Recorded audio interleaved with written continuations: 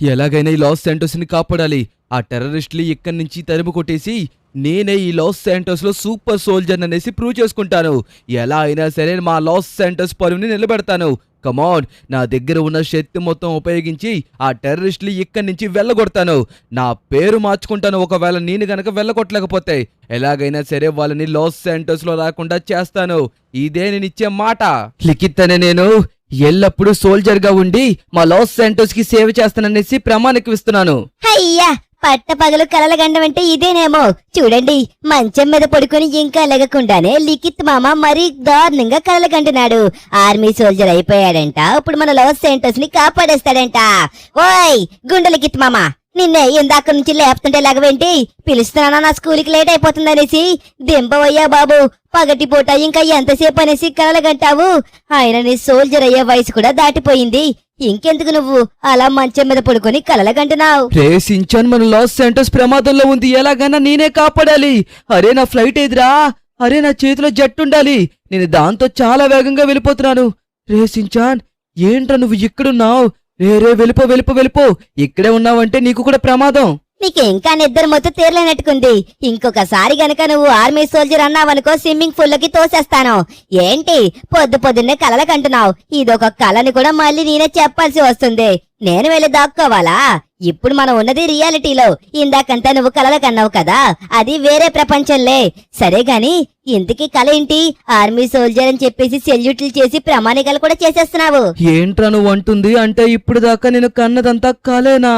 అయ్యో, నిజంగానే సోల్జర్ అయ్యానేమనేసి కాసేపు చాలా ఆనందంగా ఫీల్ అయ్యాను. ఆనందం కొద్దిసేపు కూడా లేకుండా ఏంట్రా సించాన్ ఇలా జరిగింది? అయినా నువ్వు కరెక్ట్ టైంలో వచ్చి లేపుతావురా. లేదంటే కలలో టెర్రరిస్ట్ గ్యాంగ్ అయితే మాత్రం నేను వేసేద్దును. అంత కసి మీద ఉన్నప్పుడు నువ్వు నన్ను లేపేశావు అనవసరంగా. ఏం చేస్తాం, కళ మధ్యలోనే ఆగిపోయింది. ఇప్పుడు పడుకున్నా మళ్ళీ ఆ కళ వస్తుందో రాదో తెలియదు. సరే పద, నేను స్కూల్లోనే కదా డ్రాప్ చేయాలి. అయ్యో, వీడికి స్కూల్కి అంచెక్క బస్సు పెట్టేస్తే బాను. లేదంటే వీడు నా తల తింటున్నాడు. చూసారా, ఇప్పుడు వీడిని తీసుకువెళ్ళి స్కూల్లో జాయిన్ చేయడం కోసం మనమైతే మాత్రం లెగాల్సి వచ్చింది. లేదంటే అంచెక్క కలగంటూ అంచెక్క ఆర్మీ సోల్జర్లా ఫీల్ అవ్వేవాడిని కాసేపు. అంతా మన అదృష్టం దురదృష్టంగా మాట్లాడుకోవాలి. అదృష్టమేంటి దురదృష్టమేంటి? ఏం మాట్లాడుతున్నావయ్యా బాబు? సరే తీసుకువెళ్ళి ఫాస్ట్ గా నన్ను స్కూల్లో డ్రాప్ చేసేయ్. అయినా ఈ రోజు నుంచి నువ్వు ఇంట్లోనే కదా ఉంటావు. ఇంకెందుకు పడుకుని ఎంచక్క కలలుగాను. అప్పుడు నిన్ను లేపడానికి కూడా ఎవ్వరూ ఉండరు లిఖిత్ మామా. నేను ఎలాగో స్కూల్కి వెళ్ళిపోయి సాయంకాలానికి వస్తానా? ఈలోగా నువ్వు పడుకొని ఆర్మీ ఆఫీసర్ అవుతావో, పోలీసు అవుతావో, దొంగ అవుతావో, నీ ఇష్టం. ఏమైనా నాకేం పర్లేదు. నీకు ఇష్టం వచ్చిన కలగాను. అర్థమవుతుందా? మనం కలల కండం కోసం పడుకుంటా వచ్చేస్తాయి అనుకుంటున్నావా? దానికి ఎప్పుడు నచ్చితే అప్పుడే ఆ కలలు వస్తాయి. అది కూడా ఒక ఆర్మీ సోల్జర్ ఆఫీసర్ అంటే ఎంత పెద్ద పేరో నీకేం తెలుసురా? అయినా నా చిన్నప్పటి నుంచి ఆర్మీ సోల్జర్ అవుదాం అనుకున్నాను కానీ అవలేకపోయాను. ఏం చేస్తాం? ఓకే, బాయ్ రసించాన్, జాగ్రత్త.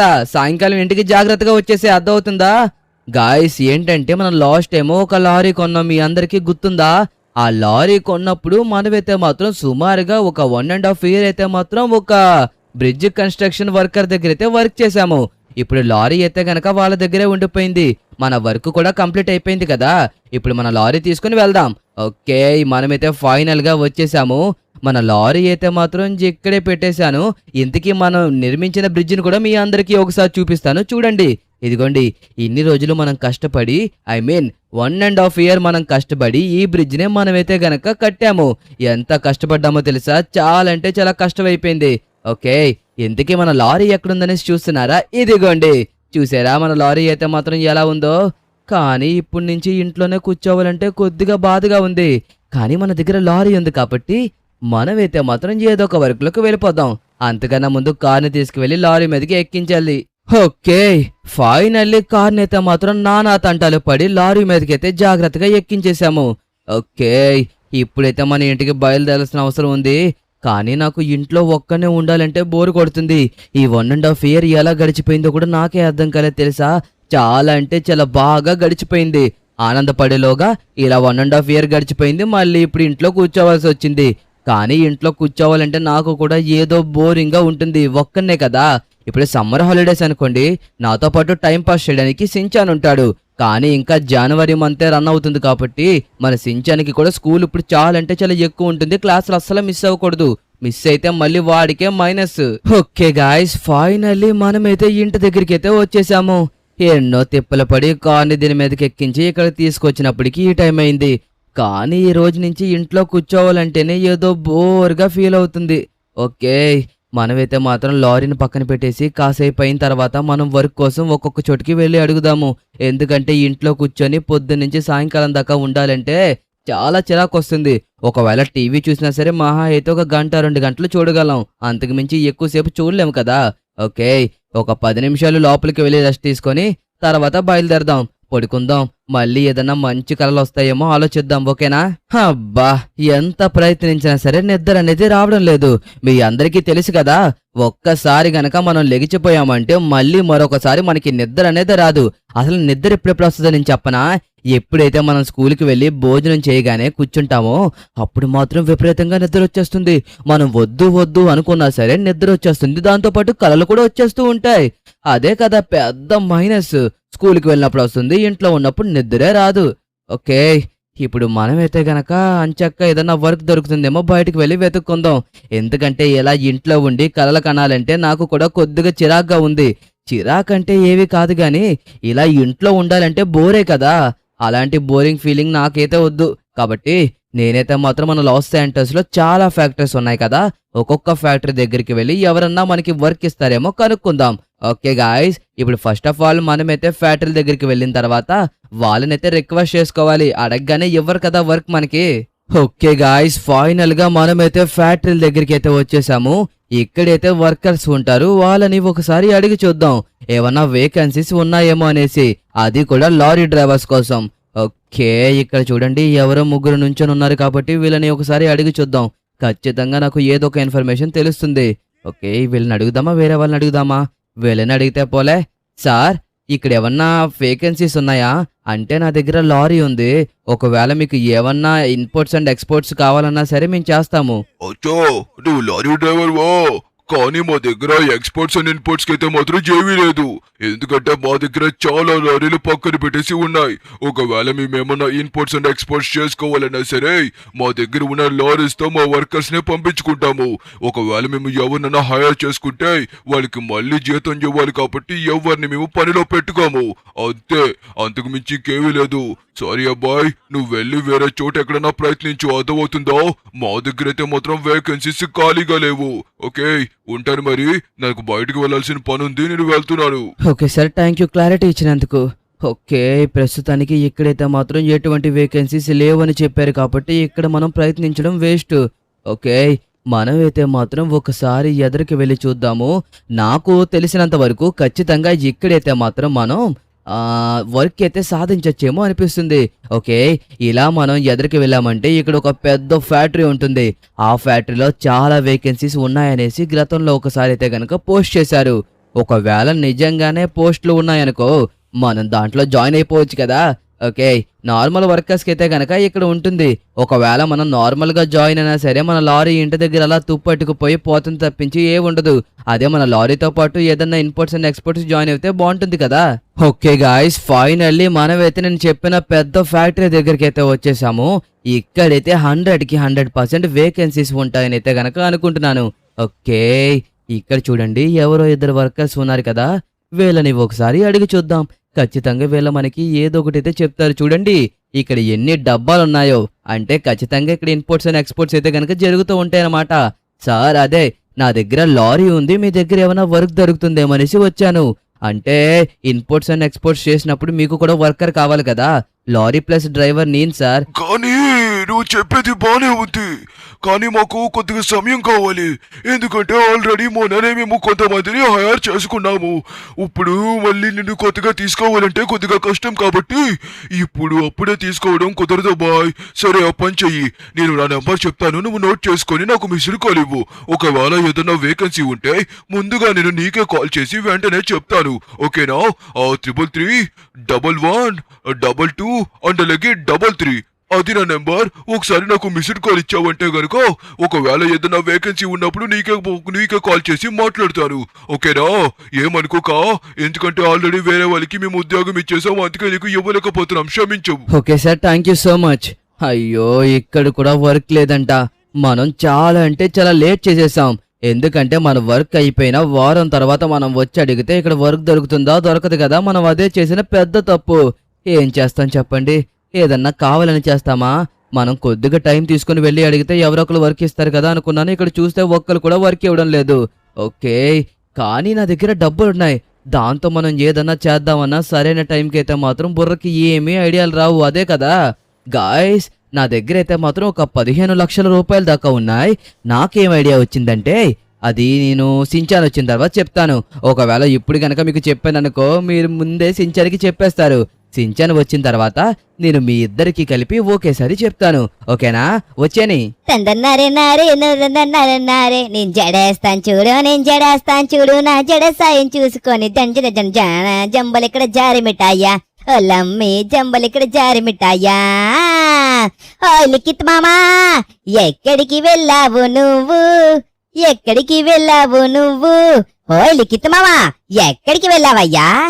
ఏంటి మనిషి ఇక్కడ లేకుండా ఎక్కడికి వెళ్ళాడు? అయ్యో, ఇక్కడ కూడా లేడు. ఎక్కడికి వెళ్ళుంటాడు? ఇంకా ఇంట్లోనే ఉంటాడు కదా అంచక్క పడుకొని కళ్ళగంటూ ఉంటాడేమో అనుకున్నాను. తీరా చూస్తే కనీసం కళ్ళకంటం కాదు కదా, ఇంట్లో కూడా కనబడడం లేదు. నాకు అర్థమైంది, ఈ మనిషి ఎక్కడుంటాడో అర్థమైంది. అరే, ఈ డోర్ని లాక్ చేసేసాడా? ఓకే, మీ అందరికీ చూపిస్తాను చూడండి. అప్పుడప్పుడు ఏం చేస్తాడో తెలుసా? కేజీఎఫ్ లో రాకీ బైలాగా మేడ మీదకి ఎక్కేసి ఆలోచిస్తూ ఉంటాడు. ఈ సిటీని కొనేద్దామా, ఈ సిటీలో నేను ఎంత మనిషిని అన్నట్టుగా ఆలోచిస్తాడు. సరే చూపిస్తాను ఆగండి. గుండు మనిషిని ఇక్కడే ఉంటాడు. అదిగోండి, చెప్పాను నేను. అదిగోండి. ఓయ్ లిఖిత్ మామా, వస్తున్నాను. నేను ఎంత పిలిచినా సరే నీకు వినబడదు. నాది చిన్న నోరి కదా, అందుకోసమే ఎంత పిలిచినా సరే కనీసం లిఖిత్ మామకి ఇవనే వినబడట్లేదు. ఓకే, ఇప్పుడు మనమైతే మాత్రం పైకెక్కాల్సి ఉంటుంది. ఓయ్, లారీ కూడా తీసుకొచ్చేసాడా? సూపర్ కదూ. నిజంగా లారీ తీసుకురాడా అనుకున్నాను. ఓకే, అయ్యా, ఈ డబ్బాలు ఏంటి అటు ఇటు కదిలిపోతున్నాయి. ఇప్పుడు ఎక్కేస్తాను. అమ్మయ్యా. ఓకే, అది అయ్యా, ఇది కూడా ఎక్కేశాను. ఓయ్ లిఖిత్ మామా, ఏం చేస్తున్నావయ్యా ఇక్కడ? ఏంటే సాయంకాలం అవగానే వెంటనే మేడ ఎక్కేసి ఏదో కేజీఎఫ్ లో రాకీ బైలా ఫీల్ అయిపోతూ ఉంటావు. నేనేనయ్యా పిలిచేది, పలకవేంటి? ఓయ్ రే సించాన్, నీకైతే మాత్రం ఒక గుడ్ న్యూస్ చెప్పాలి. నేను ఈరోజు జాబ్ కోసం అనేసి చాలా చోట్లకి తిరిగాను, కానీ ఒక్కడి కూడా మనకి జాబ్ ఇవ్వడానికి ఒప్పుకోలేదు. అంటే వాళ్ళ తప్పు కూడా ఏమీ లేదులే, జాబులు లేకపోతే వాళ్ళు కూడా లేదనే కదా చెప్తారు. కానీ సించాన్, నాకైతే మాత్రం బ్రహ్మాండమైన ఐడియా వచ్చింది. మన లారీ ఎలాగో ఉంది కాబట్టి మన లారీనే ఒక ఇల్లుగా తయారు చేస్తే ఎలా ఉంటుందనైతే గనక ఆలోచించాను. అదేరా చెప్తాను చూడు, ఇప్పుడు క్లారిటీగా విను. ఇప్పుడు మన లారీ ఉందా, మన లారీ మీద మనమైతే మాత్రం ఒక ఇల్లుని నిర్మిస్తాము. అప్పుడు ఏమవుతుందంటే జనాలందరూ నార్మల్గా అయితే బస్సుల్లో వెళ్తున్నారు కదా, కానీ కొద్దిగా డబ్బులు ఎక్కువగా ఉన్న వాళ్ళు మనలాంటి లారీల్ని బుక్ చేసుకొని వాళ్ళ ఇంట్లో ఉండి అంచెక్కా వెళ్తారు. అంటే నీకు అర్థం కాలేనట్టుకుంది. మళ్ళీ మరొకసారి చెప్తాను, జాగ్రత్తగా విను. ఇక్కడ చెప్తే నీకు ఏమీ అర్థం కాదు. ఇలా రా, లారీని చూపించి నీకు కొద్దిగా క్లారిటీగా ఎక్స్ప్లెయిన్ చేస్తాను, అప్పుడు అర్థం అవుతుంది. ఓకే, మీకు కూడా లారీతో పాటు ఎక్స్ప్లెయిన్ చేస్తాను, కొద్దిగా జాగ్రత్తగా వినండి. ఇదిగో, ఇప్పుడు ఇక్కడ లారీ కనబడుతుంది కదా, ఇక్కడ ఉన్న ఐటమ్స్ అన్నట్లి మనం రిమూవ్ చేసేసి దీని మీద సరిపోయేంత అయితే గనక మనం ఇల్లుని కట్టబోతున్నాం. అది మనం కట్టమనుకో, ఆల్రెడీ కొంతమంది ఎక్స్పర్ట్స్ తో మాట్లాడాను, వాళ్ళు సాధ్యమని చెప్పేసి అన్నారు. ఎలా అంటే ఇప్పుడు కొన్ని బస్సుల్లో లగ్జరీగా ఎలాగైతే బెడ్ అండ్ అలాగే ఒక రూము, దాంట్లో టీవీస్ ఎలా అయితే ఉంటున్నాయో సేమ్ అదే విధంగా మనం ఇప్పుడు లారీ మీద అయితే గనక నిర్మించబోతున్నాము. ఐడియా కూడా చాలా కొత్తగా ఉంది కదరా సించాన్, ఎలా ఉంది? ఓ మై గాడ్ లిఖిత్ మామా, నువ్వు తెంగరడు అనుకున్నాను గాని అప్పుడప్పుడు కొద్దిగా మంచిగానే ఆలోచిస్తావయ్యా. నిజంగా నీ ఐడియా అయితే మాత్రం అదిరిపోయింది, కళ్ళు చెదిరిపోయింది వర్మ. నాకైతే మాత్రం చాలా బాగా నచ్చింది. నిజంగానే నువ్వు ఆ విధంగా చేసావనుకో, నీ లారీ రోజు ఖాళీ ఉండదు. ఒకవేళ నువ్వు వెళ్ళకపోయినా సరే చాలా మందిని లారీని రెంట్కి తీసుకుని వెళ్తారు. ఇంట్లో కూర్చొని ఎంచక్క డబ్బులు సంపాదించచ్చు. రోజుకి 10,000 చొప్పున సంపాదించినా సరే నువ్వు నెలకొచ్చేసరికి ఓరి దేవుడోయ్ 3 లక్షల రూపాయల దాకా సంపాదిస్తావు. అంటే నువ్వు కన్స్ట్రక్షన్ వర్క్ లో సంపాదించిన దానికంటే 3 రెట్లు ఎక్కువగా సంపాదిస్తావు. అందుకోసమే కదా నేను ఈ ఐడియాను ఆలోచించాను. మనం ఇన్వెస్ట్ చేసేది కూడా చాలా తక్కువ, కాకపోతే మనకి వచ్చే ప్రాఫిట్ అయితే మాత్రం చాలా అంటే చాలా ఎక్కువ. కాబట్టి మనం అయితే మాత్రం సించాన్ అస్సలు ఊరుకునే సమస్య లేదు. పద మనం ఎంత వేగంగా వెళ్ళి ఎంత ఫాస్ట్ గా వాళ్ళకి లారీ ఇచ్చేస్తే అంత మంచిది. ఇప్పుడు ఫస్ట్ ఆఫ్ ఆల్ మనం ఏం చేయాలంటే బ్యాంకుకి వెళ్ళాలి. బ్యాంకుకి వెళ్ళి డబ్బులు విత్డ్రా చేసుకున్న తర్వాత అప్పుడు మనమైతే గనక ఎయిర్పోర్ట్కి వెళ్ళాలి. ఇంతకీ నీకు తెలియదు కదా మన లారీ ఎక్కడ డిజైన్ అవుతుందో.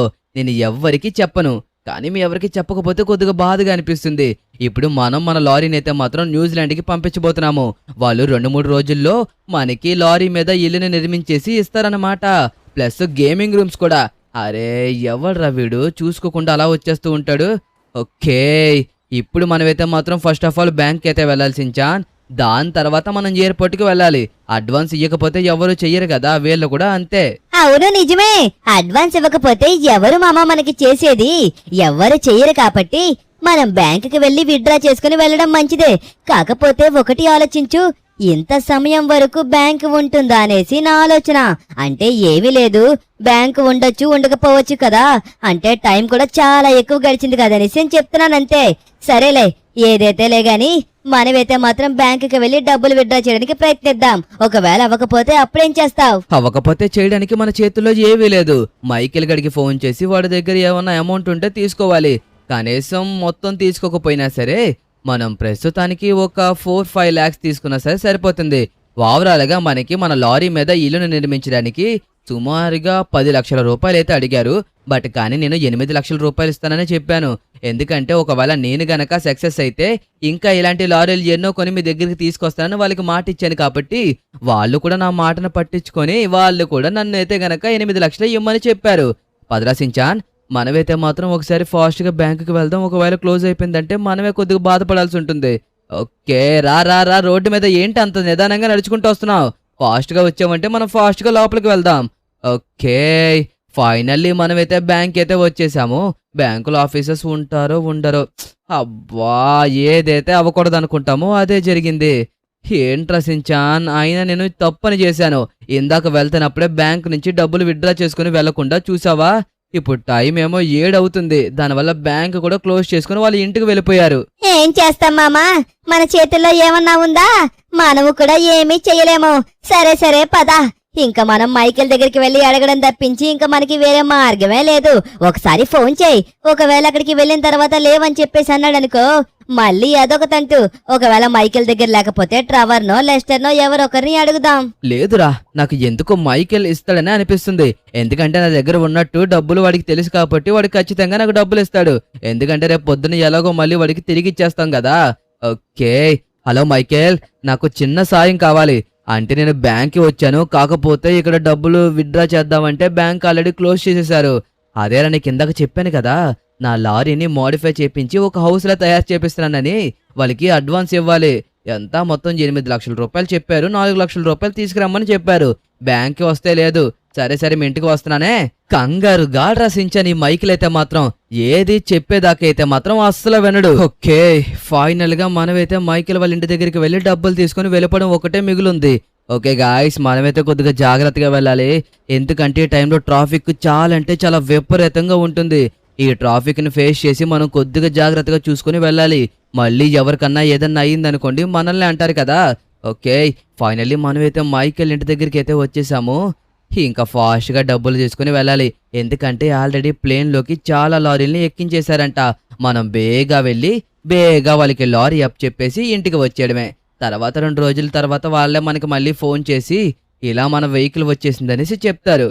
ఓకే, మైకేల్ మైకేల్ రారా ఫాస్ట్గా బయటికి, లేట్ అవుతుంది నాకు. మైకేల్, వస్తున్నాను రా బాబు. ఎందుకు అలా గరుస్తావు నాకు అర్థం కాదు. వస్తున్నాను కదా.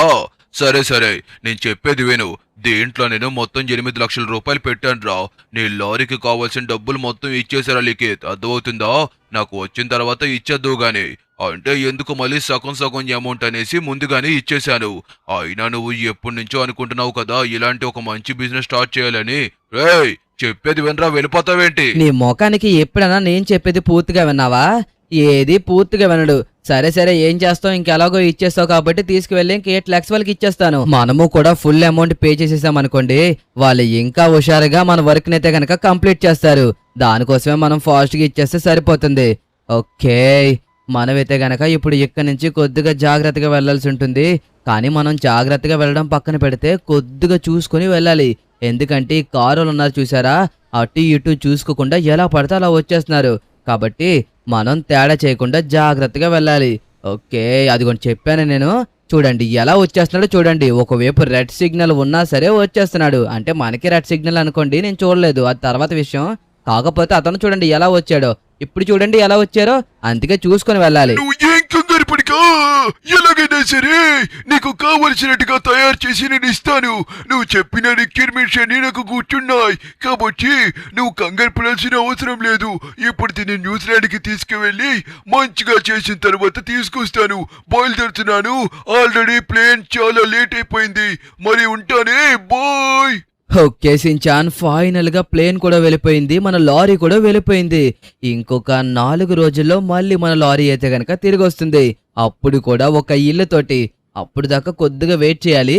సరే పద, ఇప్పటికే చాలా లేట్ అయింది, ఇంక ఇంటికి బయలుదేరదాం. హలో, నీ ఆల్రెడీ వచ్చేసింది ఇక్కడికి లారీ. నువ్వు ఎంతసేపు వెయిట్ చేయాలయ్యా నీకోసం? నీకు ఆల్రెడీ రాత్రిగా చెప్పాను కదా రేపు వచ్చేస్తుందనేసి. అయినా నువ్వు ఎంత ధీమాగా ఉన్నావు. రా, వచ్చి బేగానే ఇల్లు లారీని పట్టుకుపో. రే సించాన్, మన లారీ అయితే గనక వచ్చేసిందంట.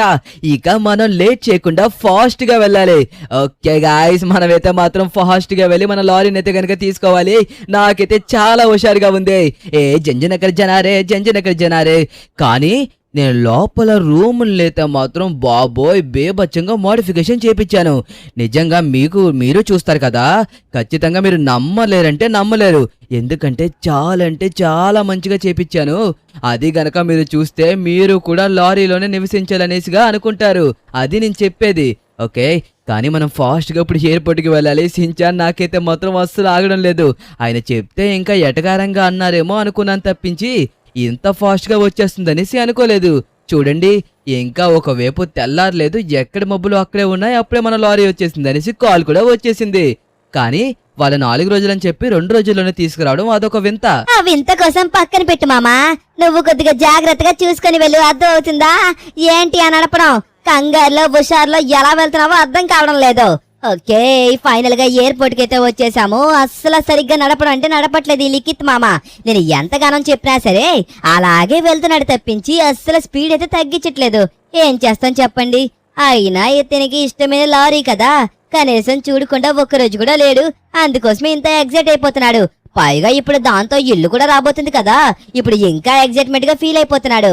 సరే ఎక్కడన్నా కొద్దిగా జాగ్రత్తగా చూసుకుని వెళ్ళవయ్యా బాబు, నీకే చెప్పేదే. నేను ఎన్నిసార్లు చెప్పినా నా మాట అసలు పట్టించుకోవు కదా. సరేలే, నీ ఏడుపేదో నువ్వేడు. ఓయ్, చెప్పానా ఎదురు కొద్దిగా చూసుకుని వెళ్ళమని. ప్రతిదానికి కంగారు పనికిరాదు లిఖిత్ మామా.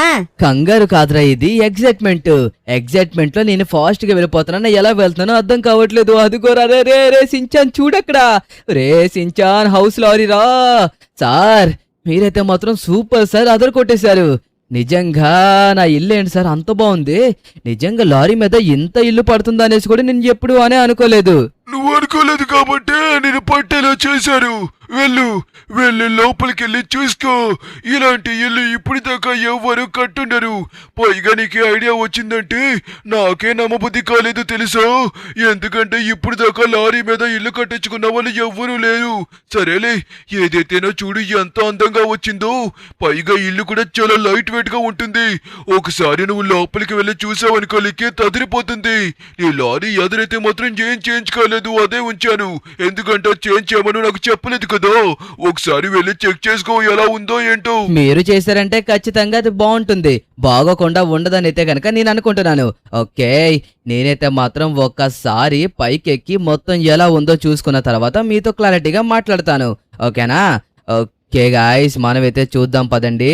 అస్సలు మనమైతే ఎక్కడ నిరాశ చెందకూడదు. ఖచ్చితంగా ఇతను చాలా బాగా తయారు చేసి ఉంటారని అనుకుంటున్నాను. పదరా సించాన్, వెళ్ళి చూద్దాం లోపల అసలు ఏ విధంగా ఉందనేది. పదండి గాయ్స్, ఇంక లేట్ చేయొద్దు. ఓకే, ఓరి దేవుడు, ఏంటిది ఎంట్రన్సే ఈ లెవెల్లో ఉంది. నేను దీన్నైతే మాత్రం అసలు ఎక్స్పెక్టే చేయలేదు. నిజంగా చూడండి, ఎంట్రన్స్ ఈ లెవెల్లో ఉందంటే ఇంక లోపల ఒక్కొక్క రూమ్ ఏ లెవెల్లో ఉంటుందో. గాయ్స్, నిజంగా ఇదైతే మాత్రం ఒక స్వర్గంలా కనబడుతుంది. నేను అస్సలు నమ్మలేకపోతున్నాను. ఎంత అందంగా ఉందో చూడండి. రే సించాన్, ఫాస్ట్ గా లోపలికి రా, బయట ఏం చేస్తావు?